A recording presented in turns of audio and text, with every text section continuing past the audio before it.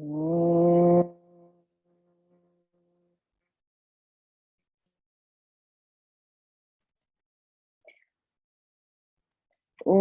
Sahana Vavatu Sahana Bhunaktu Sah Viryam Karavahai Tejasvinavaditamastu Ma Vidvishavahai.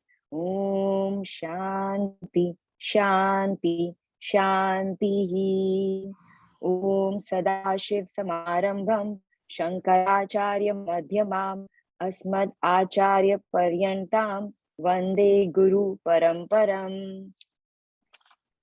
Om Gurur Brahma Gurur Vishnu Gurur Devo Maheshwara Guru Sakshat Param Brahma Tasmai Shri Guruve Namaha. Om Saraswati Namastubhyam Varde Kamarupini Vidyarambham Karishyami Siddhir Bhavatu Me Sada. Karpanya dosho pahata swabhavah pritchami tvam dharma samudha chetah yashreyasyan nishchitam bruhitan me shishyasteham sadi mam tvam prapannam.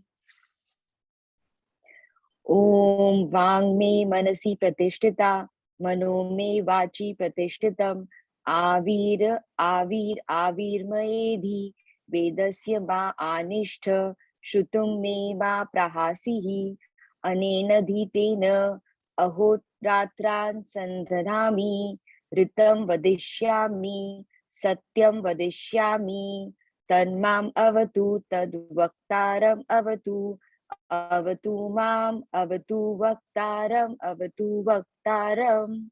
Om Shanti Shanti Shanti. Om Bhadram Karnebhi Shuni Om Bhadram Karnebhi Shuniyama Devah Bhadram Pashe Makshabhir Yajatrah Stirer Ange Stuštuvagavam Sastanubhihi Vyashema Devahim Vyashema Devahitam Yadayuhu Swastina Indro Vridyashravaha Swastina Pusho Vishwavedaha Swastina Tarksho Arishtanemi Swastino Brihaspatir Dadhatu. Om Shanti Shanti Shanti. Om Aham Vrikshasya Reriva Kirti Prishtam Gireriva Urudva Pavitro Vajaniva Swamirtam Asmi Dravingam Sarvachasam Sumedha Amritok Shitaha Iti Trishankor Vedanuvacham. Om Shanti Shanti Shanti.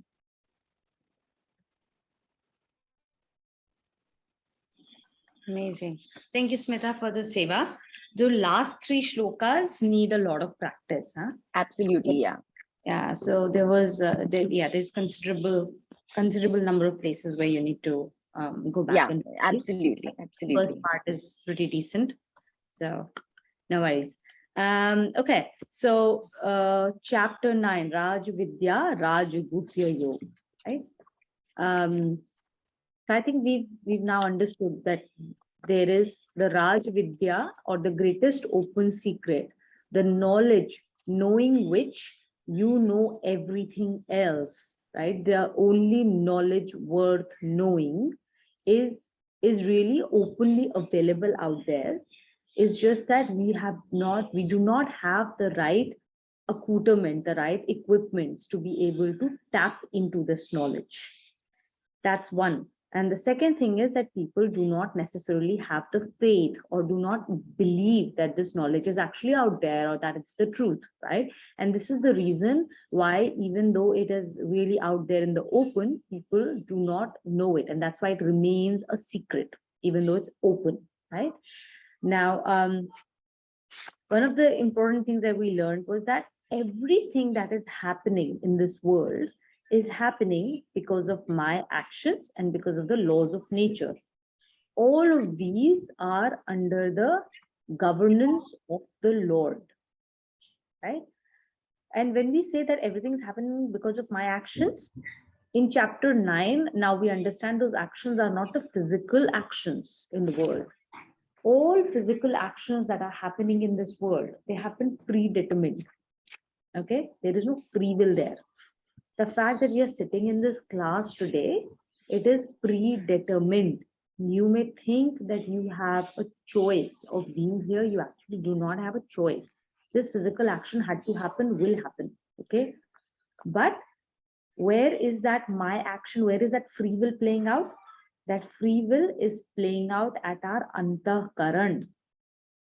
Okay, this the free will is how we are behaving, how we are acting, how we are treating, or how we are behaving with respect to our VVGP.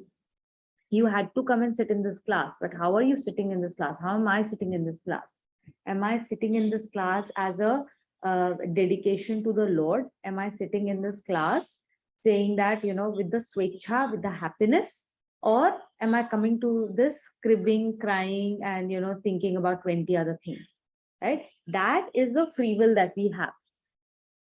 Okay, and that free will of what goes on inside of me, the world is playing out inside of me and not outside. Outside is first of all, it is not under my control, and it has got, like, everything is at a gross level, so everything first happens inside of me. The world is playing inside of me.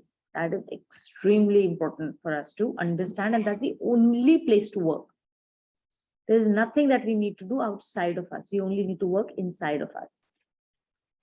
Now, Bhagwanji then told us that there are different types of people in this world. So there are unintelligent, the mood people. He has divided them up into 3 different types of tendencies. The Rakshasi, the Asuri, and the Mohini tendencies. And then there are the Sant, the saints, right? So the 3 types of tendencies, and when we talk about these people, the Dusht people, or the Asuri, the Rakshasi, the Mohini type of people, these are not people outside of us. We have to look for these tendencies inside of us. They all exist inside of us, and they get displayed from time to time.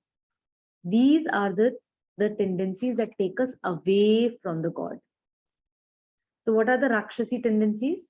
The Rakshasi tendency, the Rakshasi pravritti, or the Rakshasi people, are those that are striving to harm others. Okay, you actually actively harm others in some fashion or the other, and that gives us pleasure, right? That Rakshasi, so when you are angry and you are hurting someone, you're saying things to hurt people, or you're actively doing something, when you're gossiping, you're actually getting pleasure out of just saying negative things about other people.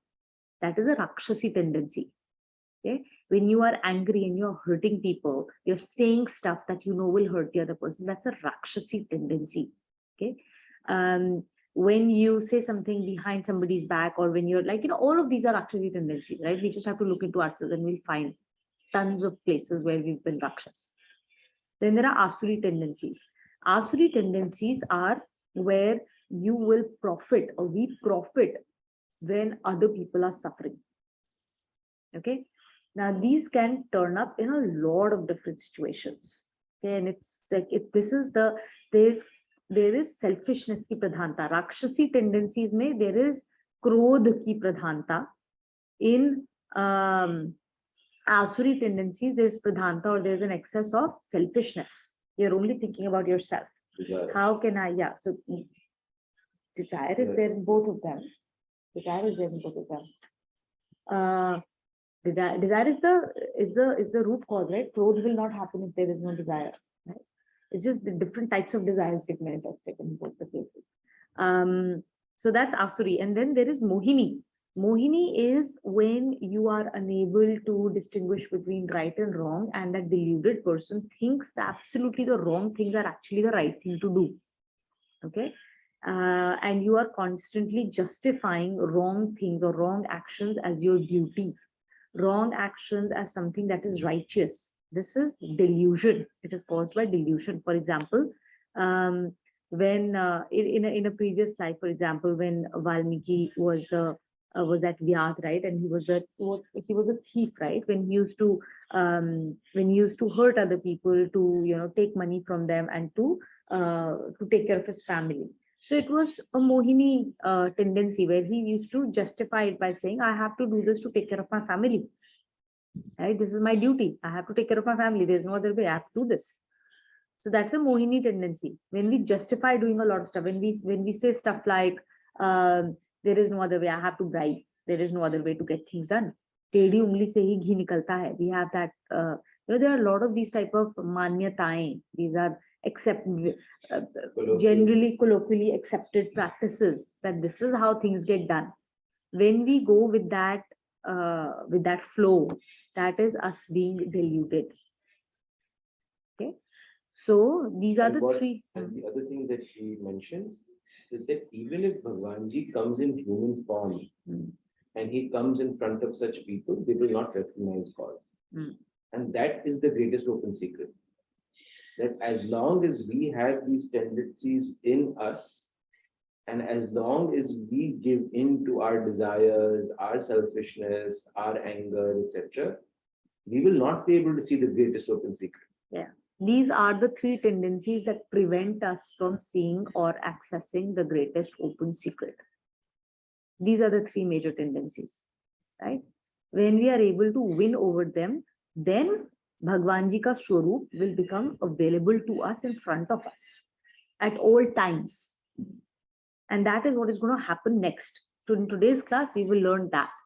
So actually, you can also summarize 13. Yeah, that's what I'm doing. That's the next thing that I'm talking about. Okay, so then he says that these are the three tendencies that will that prevent you from accessing the greatest open secret. So then what allows you to access into greatest open secret? So what do you have to do? First, you have to be able to win over these three tendencies. And when you win over these three tendencies, then naturally your disposition will come forward. And that disposition is that what we describe as that of a saintly person. And the saintly, and how do you get to that saintly? How do you win over these three tendencies? Is to have a singleness of purpose. Is through your intellect that will direct your mind, that will direct your five senses. And what is that intellect? We learned about it in chapter 3. It is the Vyavasayatmika Buddhi, the business-minded intellect that knows its purpose. There's only one purpose, singleness of purpose. And such people are endowed with certain types of characteristics. First characteristic is that they have a firm resolve. They have a firm resolve to only see Bhagwan Ji ki grace, their anugrah. You only see his grace in every VVGP. So the firm resolve is whatever happens, I will try and find where is Bhagwan Ji's hand in this and how is he helping me. That firm knowledge that life is rigged in my favor. Life is rigged in my favor, not from a point of view of my attachments and my liking and this and the material world. It is rigged in my favor for ultimate welfare. It is rigged in my favor for my shray and not my prey. Okay. A second aspect about them is that they are constantly striving. Right? Nobody is there yet, but they are striving to get there. Constantly engaged in his worship. Constantly striving to get to know that open secret. And he is constantly singing the glories of the Lord. What does singing the glories of the Lord mean? It is discipline of our speech. Okay, discipline of our speech. Our speech represents our antahkara. Through our speech, we will know how far we have come and how far we have to go.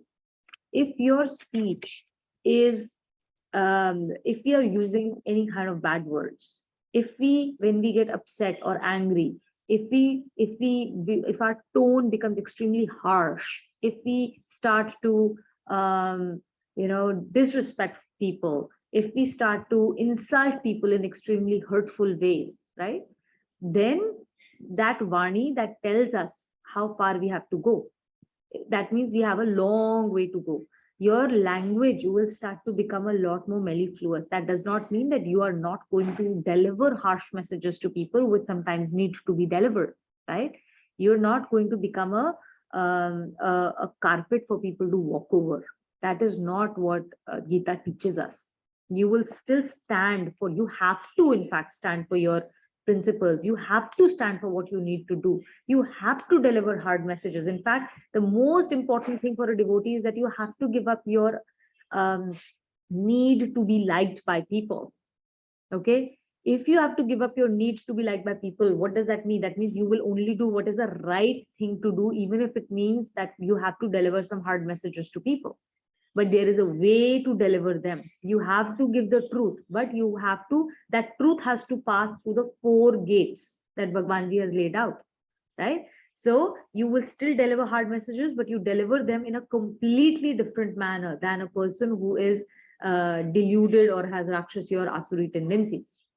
Okay, a saintly person will deliver them in a different way. Your language will be a lot more sweeter. Your words that you will choose will be very different. Your entire language will shift, not your actions, not what you need to do. Okay, so and when we start, when our language becomes sweeter, more mellifluous, when we stop insulting people and yet be able to deliver hard messages, that is really singing the glories of the Lord. When our dosh drishti goes away, when we stop finding faults with people, dosh drishti is whenever we find dosh drishti with others, right? When we find dosh gun with others, we say, look at that person, this is not right, this is not right, that's not right, look at how he's behaving, look at how she's being with me, right? All of those are, if you look at an entire event, you look at an entire person, there are so many good things and there are so many bad things. Everything is good and bad is the same coin, right? Now what you focus on and what you take away from a situation is a reflection of your antakaran. Out of everything that happened in a particular event, if the only thing that you can focus on, the only thing you can talk about is what went wrong, then that is a reflection of what is going on inside of you. That means that is the dosh inside of you that you need to correct. Because that dosh is inside of you, you are catching onto it everywhere. Just like the moment you decide to buy a car, and you decide to, you start thinking about, okay, I want to buy a Ford, then the only thing that you will see on cars, on the roads, are Ford cars. So you get attracted to the things that exist inside of you. What stand out for same event will happen, and all of us, if we are part of the same event, we will take away different things from the same event. What we take away is a reflection of what needs to get corrected inside of us in that moment, or what is important for my uddhar in that moment. What do I need to correct in myself? What lesson I need to learn in that moment? As an example, this very class, everybody's takeaways from this one class are going to be different based on what my learning needs to be today. Okay. Similarly, when I see dosh gun in others, that dosh exists inside of me. So whenever I see a dosh gun, immediately I should remind myself, oh, so this is what I need to correct. Oh, this is what I need to learn. Instead of saying, hey, look at that person, look at this, look at what went wrong. You have to think about, okay, what does this mean for me? Why am I noticing this? There's a reason I'm noticing this. And that reason is for my uddhar. So what do I need to correct? What lesson do I need to learn from here? That's it. That should be your focus. Don't beat yourself about for having dosh drishti. अरे दोष दृष्टि है क्योंकि वो आपको कुछ अपने बारे में बता रही है. Okay, so instead of beating yourself, no, I only have to see good things in others, I only have to talk about good things for others, you are going to focus on what you need to correct in yourself, right? But look at everything that is going wrong for your learning. Don't ignore them. Don't push things under the carpet. We are not saying, oh, we can't talk about what went wrong. Talk about what went wrong from a point of view of correcting things, of learning on how to improve, rather than blaming or scapegoating or gossiping. Okay, when our language changes like that, that means we are starting to sing glories of the Lord in our day-to-day life. That is the real worship of the Lord. Okay, And then there is complete control over senses and body. Complete control over senses is not just 5 senses, but 6th sense, which is also the mind. So then the senses, the body start to serve us rather than us serving the senses and the body. Okay. And you are, and then any sense of ego gets crushed. So first of all, being aware of when the ego is coming out, it will come out in so many different forms, right? You crush the first form. If you're not aware, it will come up in a slightly subtler manner, then slightly subtler manner, slightly subtler manner. Okay. So we have to constantly be on guard to figure out where is my ego coming out. Okay? Sometimes it comes out in such garbed forms that you will be like, oh, that's not ego, that's me doing the right thing, or I'm just stating facts. Right? So these are some of the factors, or so these are some of the characteristics of such a person who is able to win over those 3 tendencies, who is then able to connect with the Lord by being able to see or being able to connect into the greatest open secret. Okay. And now we'll see how that greatest open secret is going to reveal itself to such people in today's class. So we'll start with the connection after Shlok 14. Bhagyashree, would you read with us? Page 258. No, it's different for me. Different. Is it? Okay, maybe it's different. It's Shlok connection. 14, connection after Shlok 14. For those with the new book, we'll have to give the page number. Old book is 291. 291. Thus, the discipline of devotion to the Lord has been explained as one which is within easy reach of everyone. There are other types of disciplines also, but in each one of them, a feeling of devotion is necessary ingredient. The Lord now explains these disciplines. Jnana yagyena chapyanye Jnana yagnena chapyanye yajanto mamupasate yajanto mamupasate ekatvena prathaktvena ekatvena prithatvena bahuda vishvato mukham. bahuda vishvato mukham. Jnana yagyena is Jnana yagya ke dwara, through the fire of the knowledge. Chapyanye, दूसरे ज्ञान योगी, the other ज्ञान yogis. Yajanto, bhajte hain, worship.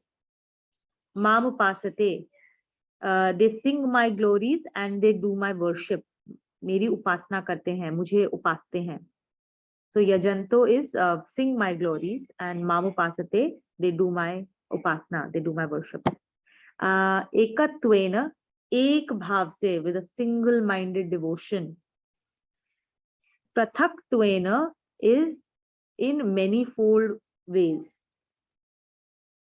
in different ways. Bahuda is many.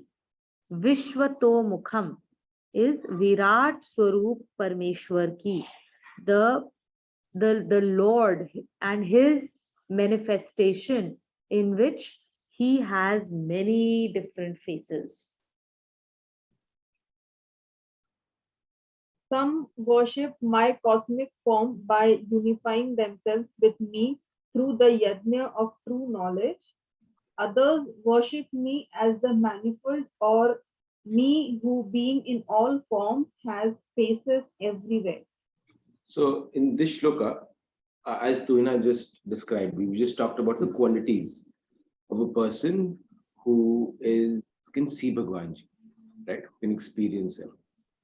And in this shloka, he highlights that no matter who you are, you can have all the qualities, but for you to experience God, you need to have bhakti. You need to have worship. And in this shloka, he talks about there are essentially 2 types. Now, in Gita in general, and which is why this is called like one of the condensed but the absolute tattva gyan that exists across all the scriptures that exist. He talks about the highest form as well as a more relatable form of worship, right? So he's giving us all the information. Depending on where we land, depending on where we are, we will take the information that is relatable and we would implement that, right? So out here, he talks about two different types of worship. One is the worship of a Jnana Yoga, a person who is a realized saint, or a person who is walking the arduous path, climbing the steep mountain, where the person has no identity of their body. They have no identity of their ego. They have no identity of themselves. They are fully merged with the identity of God. So anything and everything that happens is God. Anything that doesn't happen is also God. They feel they're not engaging with the world at all. So one way to visualize it is like ice floating on water. Their form is different, but the end material is exactly the same. And that's the analogy given in the shloka as well, right? So while they have a body form, they don't identify with any part of this, right? So that's the first form of worship. Second form of worship is the one that he's referring to, which is others worship me as being in form with faces everywhere, which means we are separate and Bhagwanji is separate, and we are trying to find Bhagwanji everywhere, right? That's the second form of worship, and that's the one that we would find more relatable as Karma Yogi, right? As people who are grahast, who have responsibilities, and people who have prarabdha. Honestly, we all have a lot of kachra, because of which we are not able to do the arduous task. So this is how we start. Look for Bhagwanji everywhere in all interactions, right? So we'll read and I'll explain a bit more. Identity of the Jnana Yogi with the Lord. In Shlok 14, it was explained that devotion as a discipline for self-realization is adopted by one who maintains an identity separate from the Lord, but who thinks devotion to the Lord as being the supreme goal of life. The category of Jnana Yogis, however, is different. Such a yogi does not have any sense of separation from the Lord. For such a one, the bounds of physical form do not exist, and such a one is ever united with the Lord in the same manner in which a piece of ice floating in water, though different in form, is materially identical with water, being nothing but water in a solidified form. Similarly, a Jnana Yogi holds the view that the physical forms might be separated from each other, but at the level of the self, all are one single, indivisible identity. In this manner, the Jnana Yogi worships the Lord with a sense of oneness with him. So this is clear. So Jnana Yogi is somebody who has the true knowledge, right? And we understood that Atma Gyan, the knowledge of the self or the knowledge of Bhagwanji, we learned about that in chapter 8, is that it's a very special kind of knowledge. Why is it special and why is it different from the material knowledge? It's different and it's special because when we acquire that knowledge, we become that knowledge. It's very different from the material knowledge in this world. So a Gyan Yogi, when he realizes the truth, he becomes the truth. And what is the truth? There is only one truth. The truth is the Bhagwanji, the Supreme. So he becomes that person. For you to realize that truth and to become that truth, you have to actually experience it. You have to know it and not believe it. Okay. The whole path of Gita is towards that ultimate self-realization. Correct? We are all walking that path. For that end goal, we have to know it and not just believe it. So that is the end goal. But that does not come. It will not come without you experimenting and doing things. So जहां तो ज्ञान आ गया, वहां पे तो you become ज्ञानी.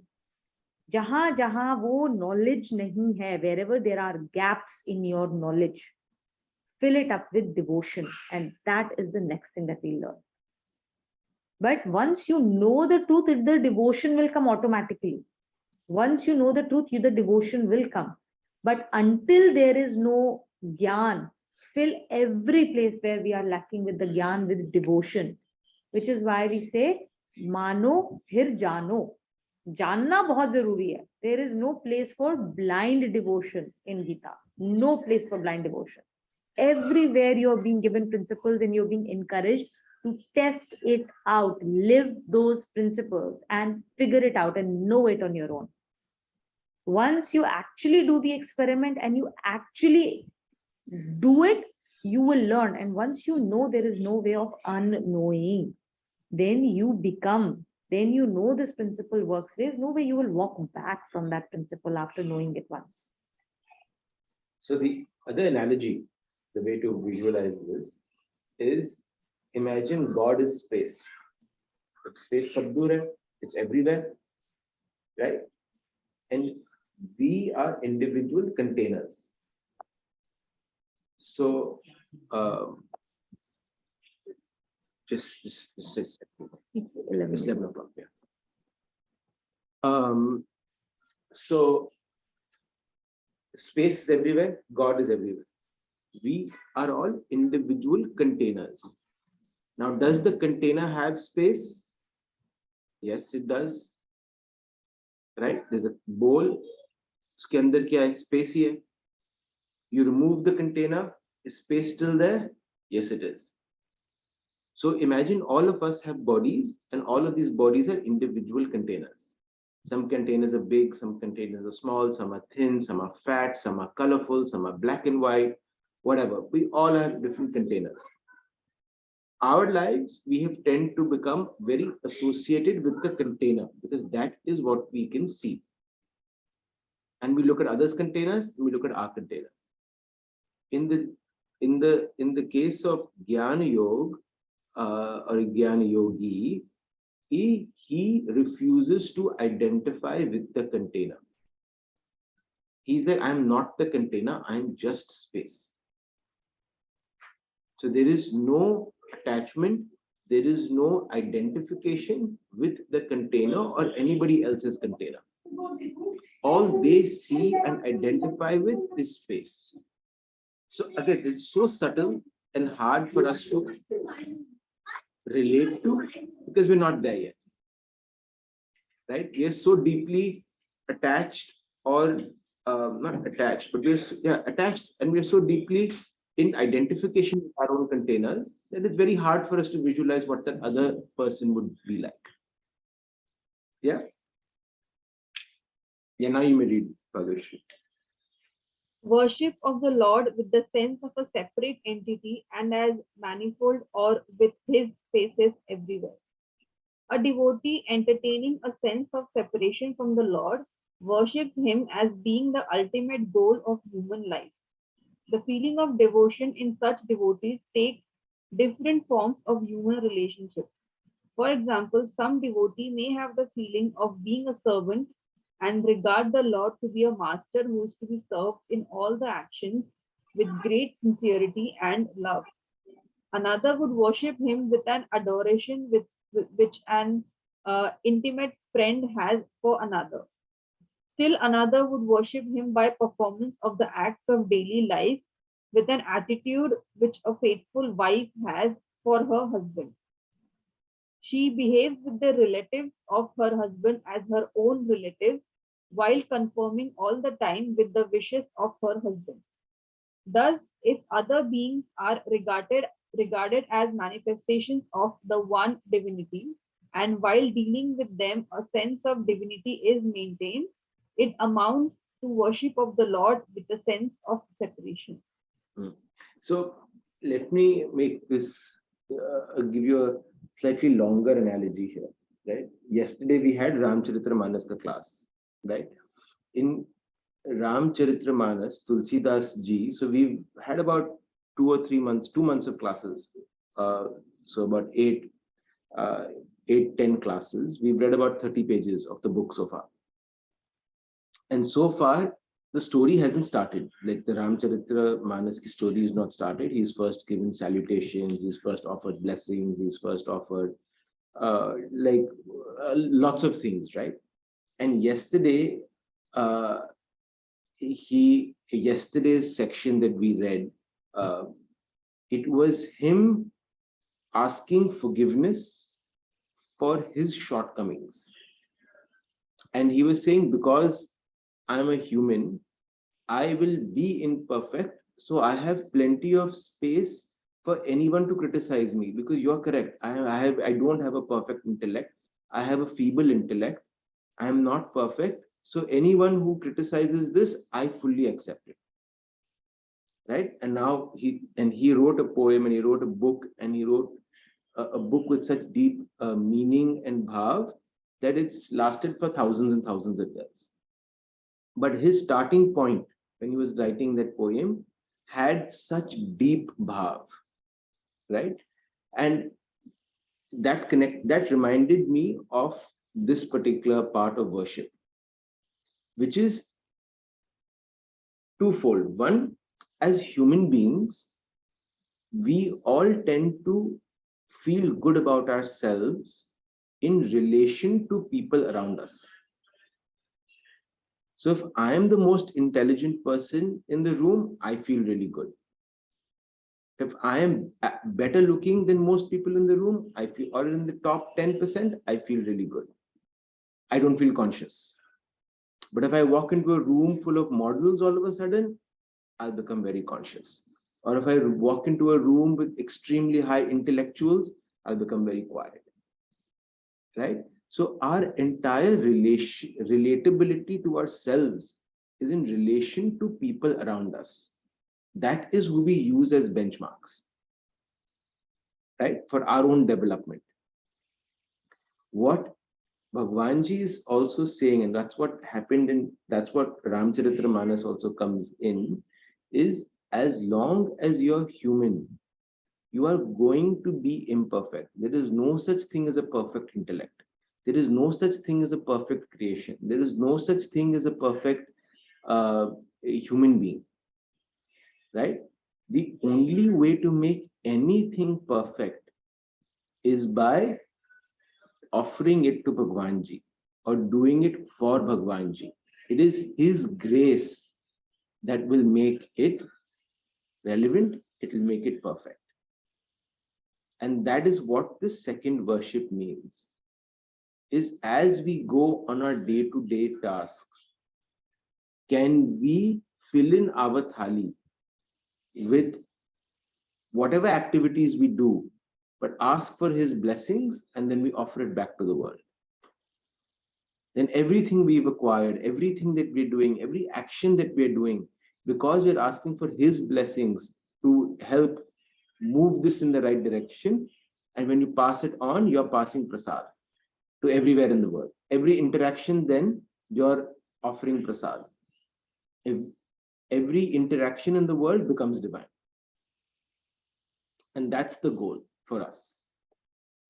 How do we see God in every relationship and in every conversation that we do? Another reason why we need to have, why this sort of devotion or bhakti is being talked about, is because what is our starting point? Like Abhinav said, right? We are all separate containers, and we all have that identity of a separate container. That is our starting point. You can't deny it. So we have to, Bhagwanji saying, well, this is your starting point. He knows where we are. So he's offering it to us. Ki, yaar, I will not tell you to suddenly, when you're starting out on your exercise journey, knowing where you are, a good instructor will not suddenly on day one tell you lift 100 kg weight, right?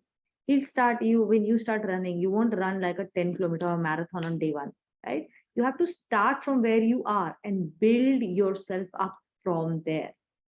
So the fact that we are all under the Varchasva, under the administration, under the governance of the three gunas, we can't get past them. So we have to use the three gunas only to help us move on this journey. These are the tools we have. So let's use these tools. Whatever we have to use them to the best of our knowledge, and they will take us to the next step. That has been his message to us from day one, right? You don't have to go looking around for your purpose. You don't have to go looking around in this world for what your duty is. Your duty is what is presented to you on your day-to-day activity.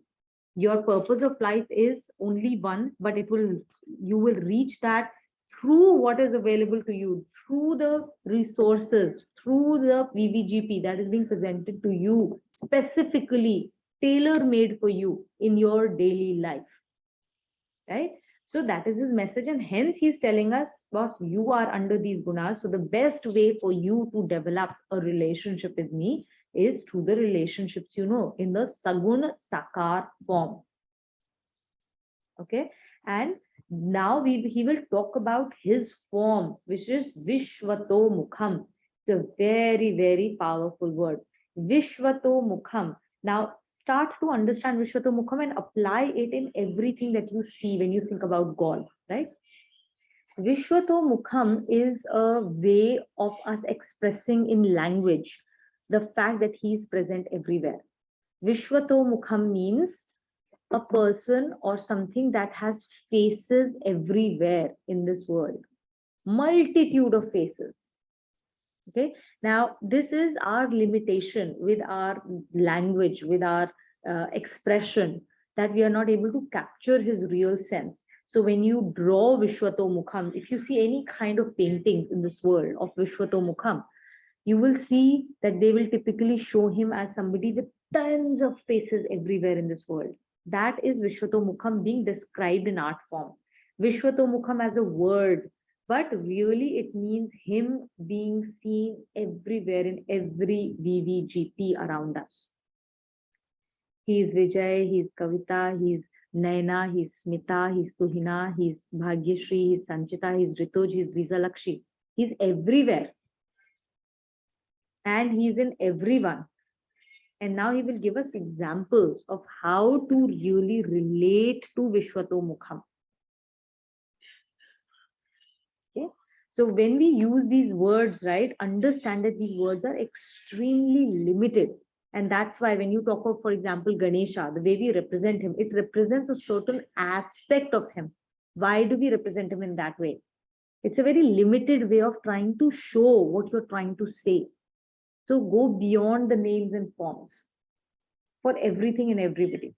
That's what we have to do. We have to use name and forms to go beyond name and forms.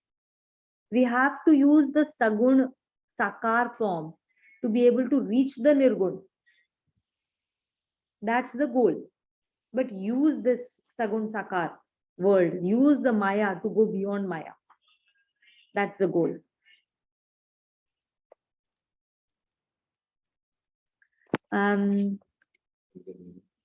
Yeah, Nana, will you read with us?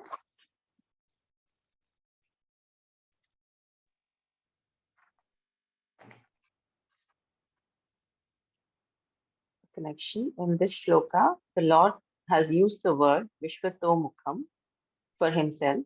The meaning is that the Lord is manifesting himself in the shape of different beings, powers, sciences, and actions. This concept is clarified by him in the 4 succeeding shlokas. Beings, powers, sciences, and actions. All of them are Sagun. Some Sakar, some Nirakar. Okay, but all Sagun forms. He's talking to us in the Sagun form because we are Sagun. Easy for us to relate to him in the Sagun form. Okay. The Shlok 16. Aham kraturaham yagyaha. Aham kraturaham yagyaha. Swadham aham moshad. Swadham aham oshadham. Swadham aham aushadham. Mantroham aham vajyaham. Mantroham aham vajyam. Agniraham hutam. Agniraham hutam. Aham is I am. Kratu is the performance. Okay. And especially which is done in Vedas for yagyas. Yagya is yagya. Swadha is the food for ancestors. Oshadham is the oshad. Oshad is the things or materials that are used in yagyas. You know, whatever we put in the yagyas as a material, that is oshad. Mantroham, I am the mantras. Isn't that medicine? Aushad means? In this, well, Aushadhi does refer to medicine as well, but in this context, it refers to everything that we put in the yagyas. So, the food that we put in, or the stuff that we put in the yagyas as an offering, all of that is. Um, then he says, I am the Ajya. Ajya means the ghee. The Agni is the fire. And Hutam, the process itself is also, the process of providing those offerings is also me. That's what he's saying. So now we are going to look at the yagya as the concept. Now you can think of it in the gross form as the yagya that we do as an action, as an activity, but also apply this to the yagya that we do. Everything that we do in our life, every action is a yagya for us, as an action of sacrifice for us.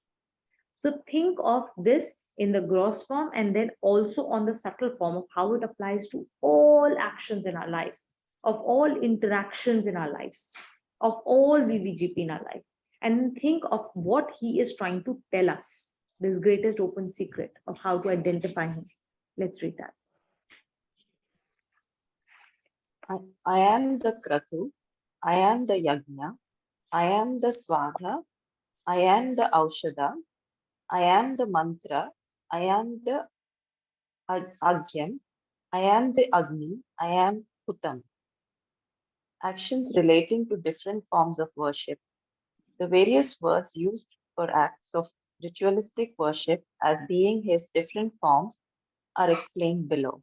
So before we read the forms, so just to recap, right, we talked about the qualities of a devotee, of a person who's able to experience God.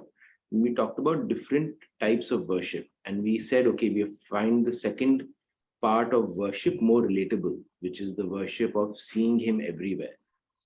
So Bhagwanji is now telling us in as many words. He's taken the example of yagya, of the act of the havan, right? He's taken that as an example, but that is a worldly act, like any other worldly act we do. So this is just an example he's taken, which is relatable to everybody who's reading this book. But in reality, what he's referring to is this gross act exists all the time, everywhere for us. So if you look at any act that you do, it could be a havan, it could be writing a book, it could be working with people, it could be any task that you're creating. All of them have worldly objects, worldly powers, worldly effort that goes in. And all of them are powered with Bhagwanji. I'll give you to highlight the subtlety of this before we go reading on, to highlight the subtlety of this. If I feel grateful for something, how does it happen? Who has allowed me to feel grateful? It is His grace. It is within His consciousness that we sit in and we are able to experience gratefulness. We can all have a particular thought, but it doesn't spark that sense of reverence. All of us, like we explained earlier, the Raja Yog, the king of knowledge, right? Our knowledge sits within that as a subset. So anything that we experience, if you actually deeply think about it, where do we experience it? How do we experience it? We experience it because of His grace. How do we think? How do we create? What we get very attached to sometimes are our own strengths, that I'm this way and I'm that way. But if you actually break it down, you realize a lot of it comes from places we just don't know. It is His grace that He's given Michael Jackson, for example, that voice and that ability to move. Yes, he put in a lot of effort to use that to become who he is and create value and create a joy for so many people. But the starting point was His grace, right? And that's what he's trying to highlight with every worldly interaction. As we go on and do every gross duty that we have to, at the subtle level, it is always going to be him that we are interacting with. Please continue. Kratu. This term is applied to yajnas and performances prescribed in the Vedas. Vedic knowledge was imparted by the guru or the teacher to his disciples by word of mouth, and this tradition was continued later too. This propagation being through the process of hearing. Shravana in Sanskrit and Vedas are called Shruti, and the performance of prescribed thereby are called Shrauta or Kratu. Yajna. The knowledge of the Veda was further propagated by several seers and sages through their own commentaries based on the Vedic concepts. These did not always contain the exact words used in the Vedas, but the Vedic concepts were explained from memory. These commentaries are called Smriti, Sanskrit for memory. The performances prescribed therein are called Smrita or Yajna. So in both of these points, right, he's saying there is a gross action that is happening. Someone is speaking, someone is listening. He's saying that the subtle of that action is him. Similarly, in the yajna, he says it's not about the words, it's not about the actual action.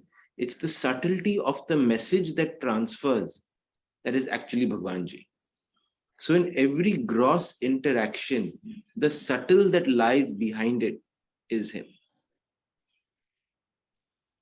Without that, there will never be a transfer. There will never be a transfer of communication, will completely get lost if Bhagwanji is not present in between a guru and a disciple. That is why we always start the class with invocation shlokas. Because if we do these classes as individual identities, then transfer of information just doesn't happen. All our egos will come in, all our intellect will come in, all our worldly knowledge will come in. The entire purpose of the shloka, the invocation shloka, is to suspend all of that. Is to tell Bhagwanji, you are talking through us, and I am talking to the Bhagwanji in all of you. It is that medium that we are trying to create. And that is the subtlety where he lies in the conversation. So anything that stays with you as an insight, even in a satsang like this, it is his subtlety and it is his grace that has allowed that to happen. Please continue. Swadha, the food offered to the spirits of ancestors, is called Swadha. Aushadha, the cereals, herbs, fruits, and other such material used in the performances mentioned above are called Aushadha. Mantra, these are the cryptic incantations, the contemplation of which leads to ultimate welfare. They are not words to be repeated senselessly, but they are extremely effective if their meanings are grasped and imbibed correctly. They should be chanted with a faith and solemnity. The slightest doubt in them would make them ineffective. Usually, consciousness is completely involved with the body, and its protection and well-being is taken to be one's own protection and well-being. But the body is an instrument of the individualized self, and it is the welfare of this self which is the aim of human life. This can be achieved easily with the help of mantras. You want to explain this? Should I? Hmm? Do you want to explain this or should I? No, keep reading. These Okay, are all keep my reading. concepts. Okay. Agya. This principle means ghee or clarified butter used in oblations to the fire. Agni. The fire kindled for worship is called Agni. It is taken to represent the light and heat of the sun on earth. It is believed that offering oblations in the fire serves the purpose of giving their due to divine entities. Hutam. The process of offering oblations in the fire is called Hutam. Okay. So, so basically, there is the Vishwato Mukham that is being described here is Sagun, right? So Sagun Vishwato Mukham. And here we have been told that everything that you put into the yajna, the process of yajna, the very actions, the very intentions, the whole process, everything is Lord. He is the person who does it. He is the person who accepts it. He is the Agni in which it is actually put in. He is all the materials that you put into the yajna. He is the equipment that you use to put things into it. It is him everywhere. He is vyapt. He is absorbed in every aspect of the yajna. There is nothing that exists outside of him. Right? And then going back to just this word mantra, right? The concept of mantra. What is mantra? Mantra is that which purifies the mind. Now we are given all these different mantras to chant, right? It is extremely important to understand and imbibe the meaning of the mantras. If you don't understand the meaning and you don't understand what you are saying, then they will not have the effect that they're supposed to have. But if you understand them and then you invoke them and you practice them, they have massive powers within them. So then why are we told sometimes that it's just like, so first of all, there is a reason why we understand the meaning of the invocation shlokas. Right? There's a very huge emphasis on Gita on understanding everything you do. There is no place for blind devotion or blind action in Gita. So whether it is invocation shlokas, understand the meaning of what you are saying and feel it, accept it when you chant it. Because only when you understand it and you go to the subtlety of what you're doing, will you experience it. Yeah. You have to bring it in your bhav. You have to bring it in your thought. So when you invoke the invocation shlokas, when you close the invocation shlokas, understand the meaning and feel it. Bring it in your purpose. Bring it in your bhav when you're talking, when you're chanting it. At the start of the class, at the end of the class, at the time whenever you need it. It's that bhav which will create the change in you. It is that understanding and that bhav that is going to bring the purification in you. Very, very important. Then why do we keep saying, okay, even if you don't understand, just chant? Because karte raho, chant, karo, even if it is mechanical, do it. That is still better than nothing. Because even that is going to do one small amount of purification, small amount of purification. It is one is better than zero. Maybe it is not 1,000, but at least it is one.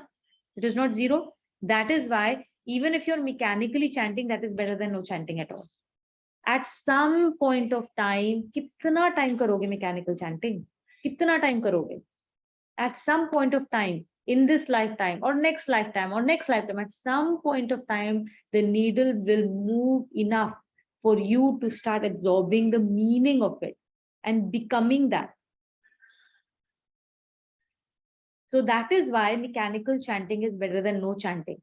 However, understanding the meaning and experiencing it and fully imbibing it is the best way to actually do the mantra. That's when you actually experience it. That's when you actually get the maximum value of it and not just mechanically doing things. But start off with mechanical chanting if that is where we are, because we all start from the same process.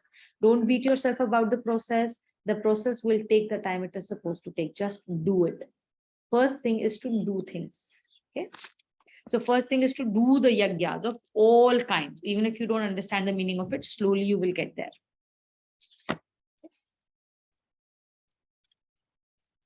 Continue reading, Nana.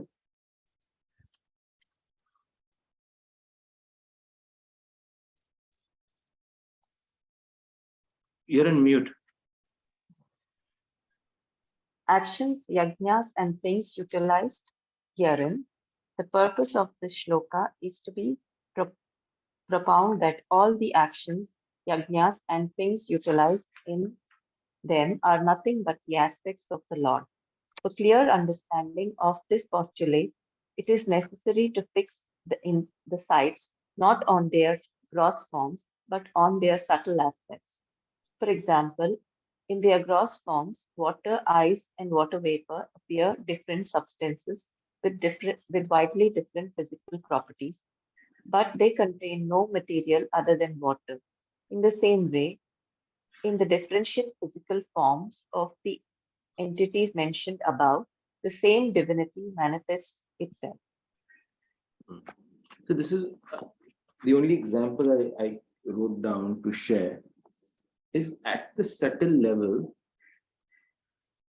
every human being, right?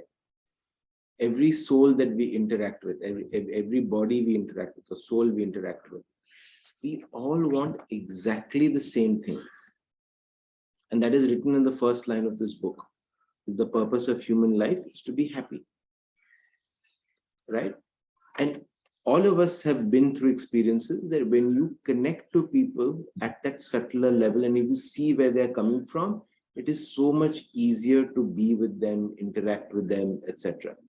So when we say that look for divinity in everybody, when you interact with them, that's all we need to do. Connect with them at the subtler level, at the intent of where they're coming from, at the bhav with which they're communicating. Clean your bhavs that you can try and make them happy. You make them happy, you've made God happy.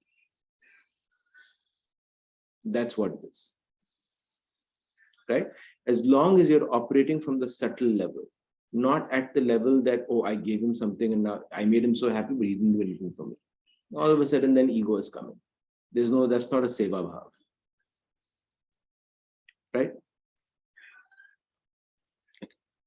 Vijay, would you like to read? Just a question. How about if you like all our interactions would be with different aspects, like you mentioned, asuric tendencies or mm, the rakshasi tendencies or mohini tendencies. So, is it what appears to us? Is it within us, or I mean, like if our interactions are toward not very like you don't feel the divinity in it, is it something which probably is reflecting from us, or how do we interact in such situations? How do you look for divinity in such situations? Sure.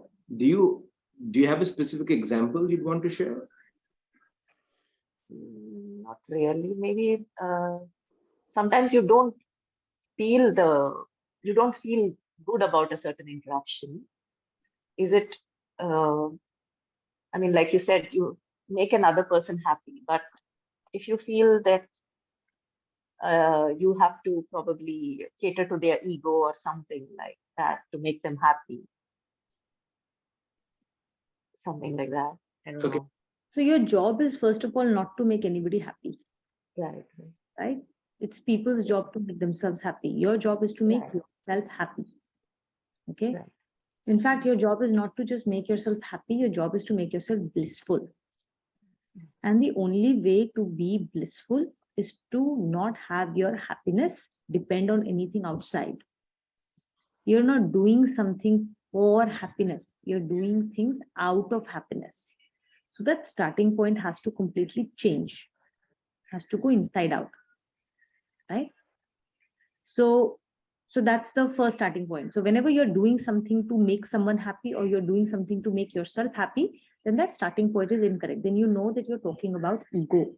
Then we are talking at a body consciousness level. And there is no happiness in body consciousness level. There is no divinity in body consciousness. So you will never be able to find it. For you to find divinity, you have to move beyond body consciousness to Krishna consciousness. Right? So that is the first step here. Yeah, so I'll clarify. I think I made the wrong statement, which kind of confused you. But what Tuvina is saying is 100% correct, right? And there are going to be some interactions where you cannot see or feel the divinity, but you know for a fact if it's a human being across the table, there is divinity. You know, You can't be a human without a soul, right? It's just that you or I cannot experience it at this moment, right? Sorry. Another thing is that there are times when you will be met with difficult situations. Okay. You will be met with people who you may feel is, right now steeped in a Rakshasi or a Mohini or a Asuri tendencies and is, hurting you. Now step back and actually think about it. What if the person sitting in front of you is insulting you right now? Okay. He's insulting you. बुरा लग रहा है, right? Feeling really bad. Why are you feeling bad? Somebody is insulting you. Why are you feeling bad? What is he insulting? Can anyone insult the capital S self inside of you, which is absolutely perfect? नहीं कर सकता. There is no way. The only thing that person is insulting is this outside body consciousness. He's or that envelope. We have this envelope around our capital S self. Okay, and this envelope is the problem. Actually the envelope, that's the wrong statement. Envelope is not the problem. Identification of ourselves with that envelope is the problem. That envelope exists for a reason. That envelope is there to be able to do seva. Without that envelope, we will never be able to do seva. The problem becomes when we start to identify ourselves with that envelope of the self. So when somebody is standing there, now what we do is we keep telling ourselves, I am the envelope, I'm the envelope, I'm the envelope, I'm the envelope. So when somebody comes and insults that envelope, we feel really bad, because we have created grandiose ideas about who we really are, or who this envelope is all about, right? And that person comes and says something, there you go. So if you're feeling insulted, first of all, the first problem is that we are identifying ourselves with the envelope. So that's something for you to examine by yourself. This person has come in front of me to tell me how attached I am to this envelope, how attached I am to this concept of I. That's where your divinity kicks in. That's where you find divinity even in that interaction. Because then you find that God is trying to show you something. He's trying to make you learn something. Okay. Now, all of these things are expressed in Purans or in other stories through examples. That is why Gita is the Vedanta. It is telling you the truth as it is. It is giving you the principles as it is, like in matured form. It is the essence. Purans are like rose flowers. They give you the rose. Gita is like the essence, the rose essence. So in Gita, in other examples, how will this come across to you? Let me show you an example. Hanuman was flying over to towards Lanka to find Sita Ma, and he was carrying Ramji's ring with him. Okay, and now gods are not sure whether is Hanuman really up to this job, because there's a lot that is required to get this job done. Is he really up to the mark? So they send a particular Rakshas to go and test him. And that Rakshas goes there and he opens up her mouth and tries to say that you cannot cross this. I am here, you cannot cross, and I'm looking for food. You have to enter my mouth, I have to eat you. You are my food today. So, there is that interaction where how he tricks her, he opens her mouth, goes inside, comes out, and all of those things, right? So he's basically faced with a big obstacle in the form of a big Rakshas, even when he's going on his path to do God's work. And after that entire test is over, what does that Rakshas tell him? She bows down to him and says, I have done my job of testing you. Now I will go and report back. Thank you very much. Now please go on your way. So that Rakshas is also doing God's work. Right? And that's the subtle level where you have to find the divinity. All things that are here, that are coming in front of us, are helping us in some way. Whenever there is a problem that comes, whenever we feel like we are facing Rakshasi tendencies or Asuri tendencies, they are a reflection of what you need to learn, something inside of you. They're triggering something inside of you. And you need to assess, what is it that I need to learn? How do I deal with it? There's always a better way to deal with a certain situation. And maybe you've just not learned the best way, or that particular way that is required for you in your next step of your journey, in the next phase of your journey. So that situation, that person, that VVGP has come in your life so that you can learn from it, you can grow, so that you are now equipped with one more equipment, which is necessary in the next phase of your life. So it's like your training session. This is your training ground. That's how you find divinity. Make sense? Yes. Thank you. If you're not finding divinity in any situation, know that you are in body consciousness. You're relating to body consciousness. How can I remove myself from here? To find that divinity, you have to remove yourself from body consciousness. That's the principle. Divinity is there. If you're not finding it, we have to question ourselves. Reflect back. Hmm. Thank you. Connection. Now the Lord mentions human relationship and the sources of knowledge as being his aspects. Yeah. Again, Sagun Vishwato Mukham. Okay. This shloka is also about Sagun Vishwato Mukham. Pitahamasya Jagato. Pitahamasya Jagato. Mata Dhata Pitamaha. Mata Data Pitamaga. Vedyam Pavitram Omkara. Vedam Pavitram Omkara. Riksama Yajurevacha. Riksama Yajurevacha. I am the father, Pita, father, Jagato, of the world, Mata, mother, Dhata, provider, Pitamaha, ancestors of all kinds, all other relationships who are senior to us is being reflected by Pitamaha. Vedyam, Janne Yogya, worth knowing. Pavitra Onkar.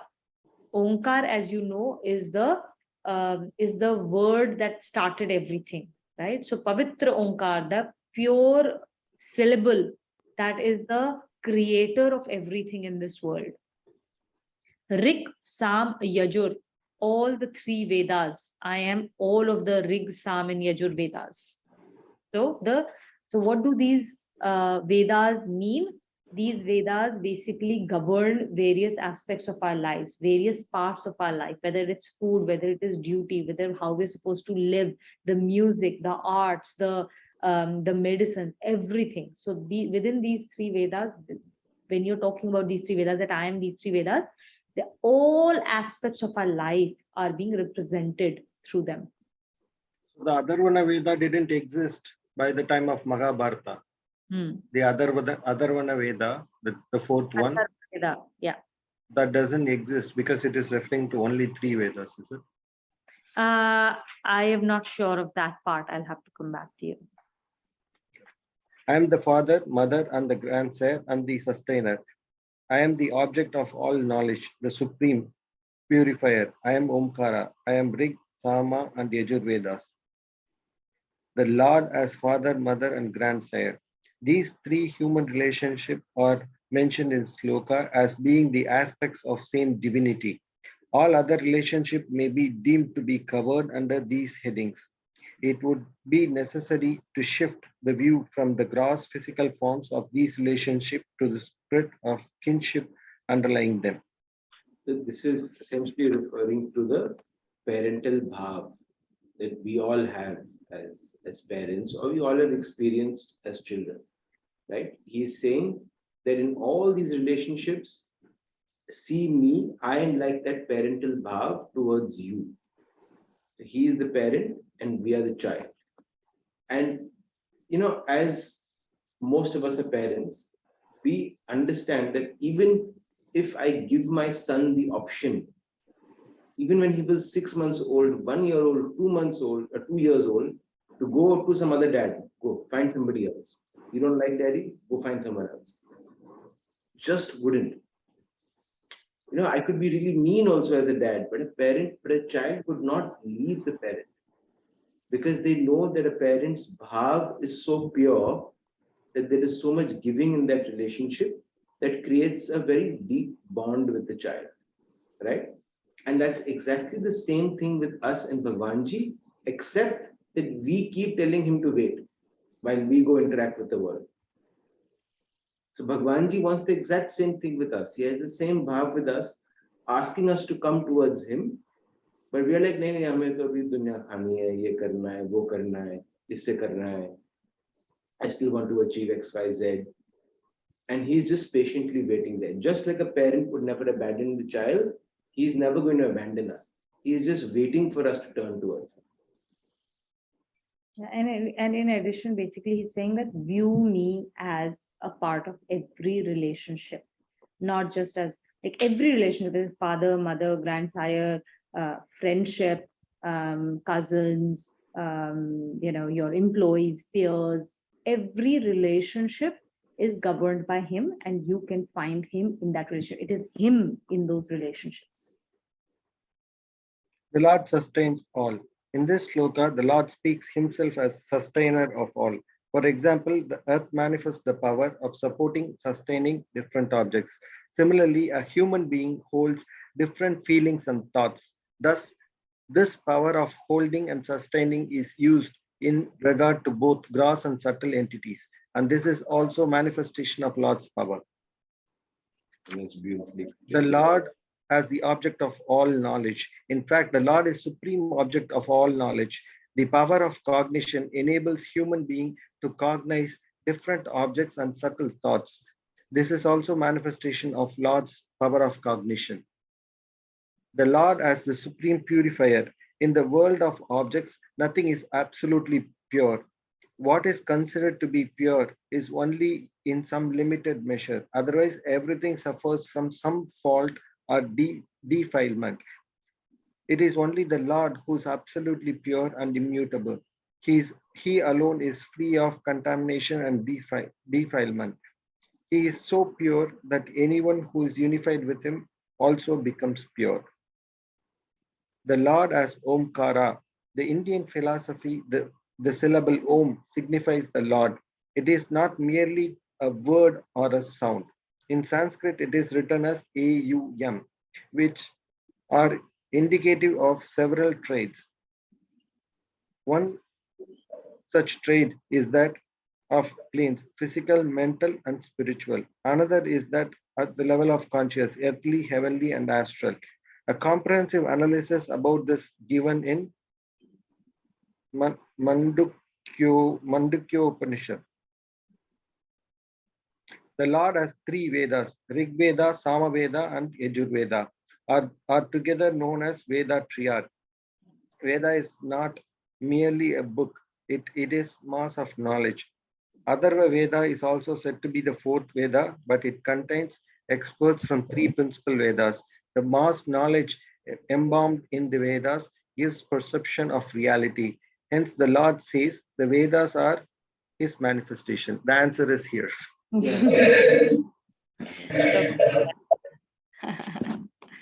Okay. So I think that this is self-explanatory. We understand basically Lord is saying how he is that Vishwato Mukham. Now you understand what Vishwato Mukham means, right? In the Sagun form of how he is in every single VVGP.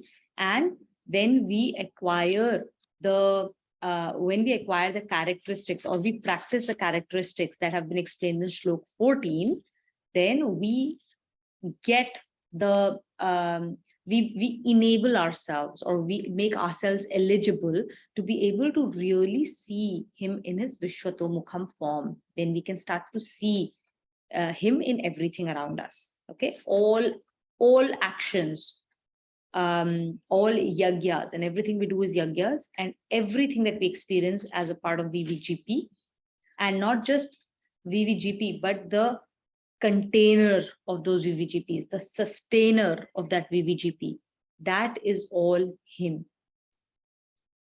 That is the greatest open secret. And this is our portal of entering and understanding that greatest open secret. Do we have time for another one? Yeah. In the next shloka, we are now going to see Vishwato Mukham in the Nirgun form. Okay, what does Nirgun form of Vishwato Mukham mean? Let's read. Ritu, you want to read with us?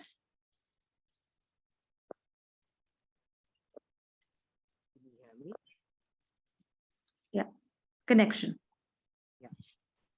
The Lord now speaks of himself as being the essence of plurality of actions of life, their attainments, as well as conditions and transformations which one comes across in life.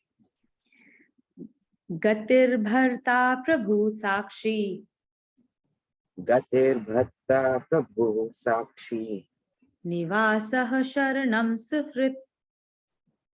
Devasah sharanam suhrit. Prabhava pralaya sthanam. Prabhavah pralayah sthanam. Nidhanam bijam avyayam. Nidhanam bijam avyayam. Gati is the goal. Bharta is supporter. Prabhu is Lord. Sakshi, the witness. Nivas is abode. Sharanam is refuge. Suhrit is benefactor. Prabhava, source. Pralaya, dissolution. Sthanam is a position or a place. Nidhanam. Nidhanam is actually a storehouse. Okay. Bijam avyayam is the imperishable seed. I am the ultimate attainment, the supreme provider, Prabhu, eternal, witness, abode, refuge, friend, originating source, state of the ultimate dissolution, eternal positioning, ultimate repose, and the imperishable seed. The Lord is the essence of different concepts of plurality in life, gati or attainment. The outcome of any action is indicative of its attainment. For example, water in the form of drops collects and flows through several channels and rivers which ultimately lose themselves in the ocean. Thus, the ocean is the ultimate refuge of all forms of water. Similarly, all desires and actions in life lead to the ultimate point of satisfaction and peace, and the end point of all aspirations is the Lord. As such, He is the ultimate attainment. Bharta or provider. All the functions for providing sustenance to life flow from the divine providence, which is a manifestation of the Lord. Prabhu or Lord. All actions of life are performed under the overall suzerainty. Okay, I'll have to look this up. Of some paramount power. The supreme paramountcy rests in the Lord. Sakshi or eternal witness. This word is applied to one who oversees or witnesses what is taking place. Nothing escapes the notice of the omnipresent Lord, and he witnesses everything. So he is the eternal witness. So the Nivas or abode. eternal witness, the other way to visualize this is basically what we call in colloquial terms the soul. The Volume is a bit low. Couldn't hear you properly. The eternal witness in colloquial terms for us to understand is also referred to as soul or capital S self, the Jivatma, right? That is the eternal witness within us. I think the first three are pretty self-explanatory. We've talked about it a fair bit, but if there are any questions, please. Continue. Nivas or abode. This word denotes a house or a place of residence. A man engages in many activities which may take him away from his residence, but that is the place to which he always returns for rest. Similarly, while engaged in all the activities of life, a person is always abiding in the omnipotent Lord. He is thus the abode of all. Sharanam or refuge. This word signifies the place where refuge is taken. In all activities, the Lord is the ultimate refuge. Suhrit or friend. This word denotes a person who is a well-wisher and benefactor and who does not expect anything in return. The Lord is his supreme friend. Prabhav or originating source. This word denotes the entity from which all beings are brought forth. The Lord is the originating source of all creation. Pralay or ultimate dissolution. This word signifies the state into which all beings dissolve. The Lord is such an ultimate state. Sthan, or eternal positioning. This word denotes the place of positioning. While engaged in diverse activities, all beings are positioned in the Lord. Nidhan, or ultimate repose. This word denotes the state in which all beings, in the aspect of their selves, are preserved after the great dissolution. Preserved, oh God, sorry. No. Preserved, it's quite sleepy, sorry. The unmanifest self of the Lord is that the state of ultimate repose of all beings. Avyaya Beach, or imperishable seed. This term is applied to a seed from which springs the stem, leaves, flower, and fruit of a plant. All the seeds are subject to ultimate dissolution, but the Lord, as the seed of all creation, never gets dissolved. This is why he has been called the imperishable seed. So I think this is fairly self-explanatory. We've talked about a lot of this. He just ties it all together to highlight the entire flow of life, the beginning, the end, the middle, as well as what our goal is, which is the attainment and the refuge that we have to eventually take back to Lord, right? So he ties it all in one shloka, that everything that we are doing is part of his own journey and his own creation. We just need to recognize it and start walking it with him, rather than trying to do it alone. And so now you can start to see him, and I think you'll be able to visualize him as that Vishwatomukham. This is what Vishwatomukham means, both in the Nirgun and the Sagun forms of how he is everywhere, in the subtlest of the subtle and the grossest of the gross. This is where we are driving towards over next few shlokas. Any questions here? Let's close the class. Cool. I think Smita had to drop off early, so we'll have to do closing. Anyone wants to take on the seva, the closing shlokas? Do it if no one else wants to. Go ahead, Ritesh.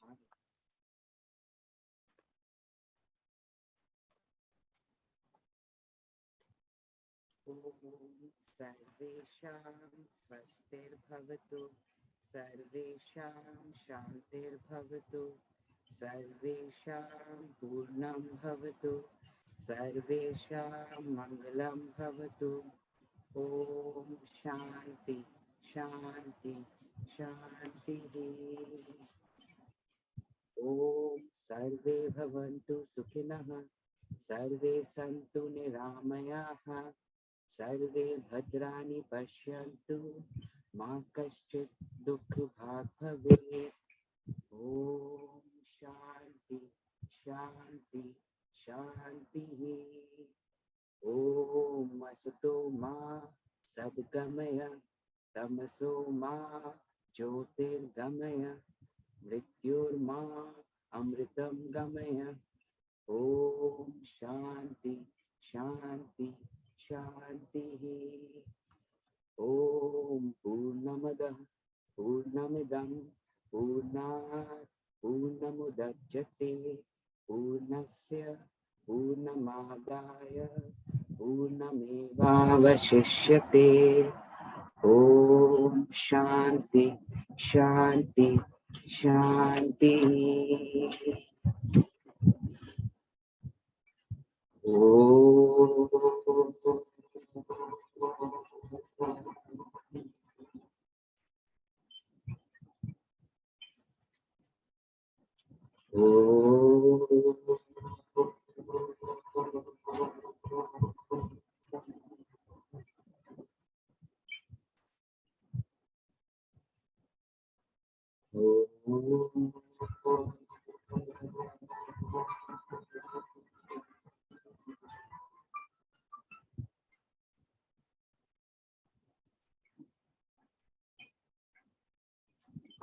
Thank you for the seva, Rituj.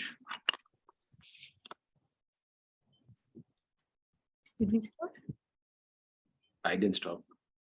Did it not record? It was It is recording. recording on. It's still Oh, it's still recording. recording. Just switch. Recording, still recording. Okay, here it is.